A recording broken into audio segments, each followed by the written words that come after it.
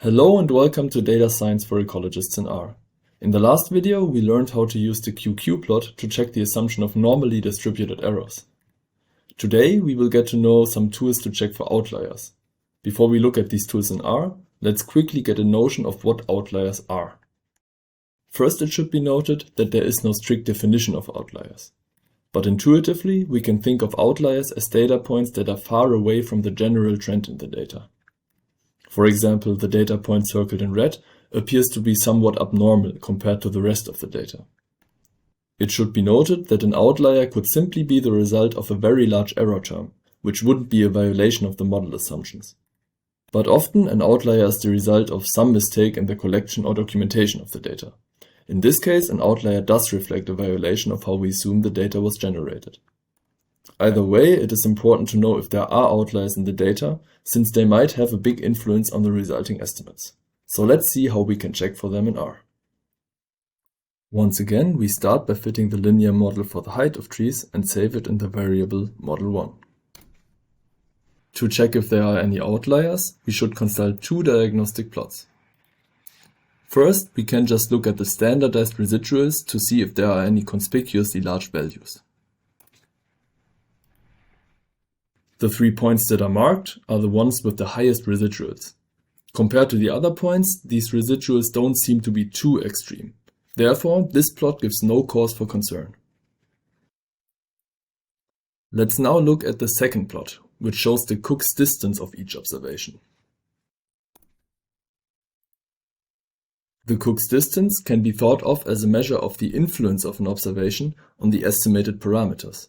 In this case, observation 163 has the highest influence.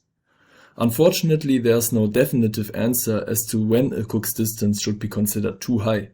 Therefore, I would recommend you to simply take a closer look at the observations with the highest Cook's distances.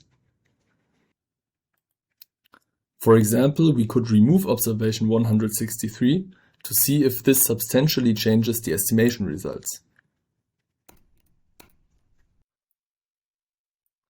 If we compare the results with the results from the original model, we find that neither the estimates nor the standard errors are affected substantially.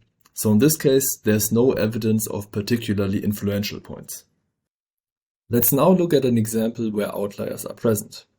So let's load some new data, fit a linear model, and plot the model variables.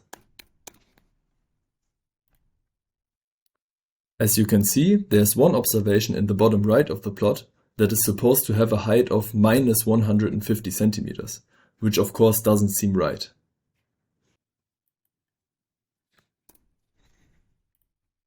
In the third diagnostic plot, we see that this observation has a very large standardized residual.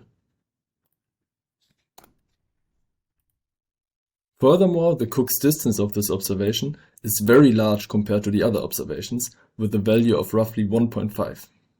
Based on these diagnostic plots, we can take a closer look at observation 252. In this case, we find that we accidentally put a minus sign in front of the value, so we can easily correct the mistake and fit a linear model with the corrected data. Then we can compare the estimation results of this new model with the original model. As you can see, removing the outlier considerably decreases the size of the confidence intervals in this case. So it was definitely important to correct the mistake. Alright, I hope this gives you some idea of what can be done to detect outliers. It should be noted, however, that we haven't discussed in detail what the Cook's distance means. As it turns out, the Cook's distance is not only sensitive to outliers, but also to observations that are in general more influential than other observations. Once again, I encourage you to read about the leverage of an observation if you're interested in finding out more about this. Alright, with this I would like to conclude this module about linear models. So let's shortly recap what we learned in the last 11 videos. First, we thoroughly discussed the theoretical foundations of the linear model. Most importantly, this includes the 3 assumptions of the linear model, from which we derived a stochastic understanding of the data. Based on this stochastic understanding, we learned how to use our data to make inferences about the parameters in the linear model. With this knowledge, we then learned how to fit a linear model in R and interpret the output. Since the validity of the interpretation depends crucially on the correctness of the assumptions, the last thing we did was to explore some tools to check them. Of course, there are many more things about the linear model that we could have talked about. However, the aim of this module was not to provide a complete overview. Rather, I wanted to precisely explain the basics of the linear model, both theoretically and practically in R. If you understood the concepts in this module, I am more than convinced that you are able to further explore the linear model and other statistical ideas. Good luck with that!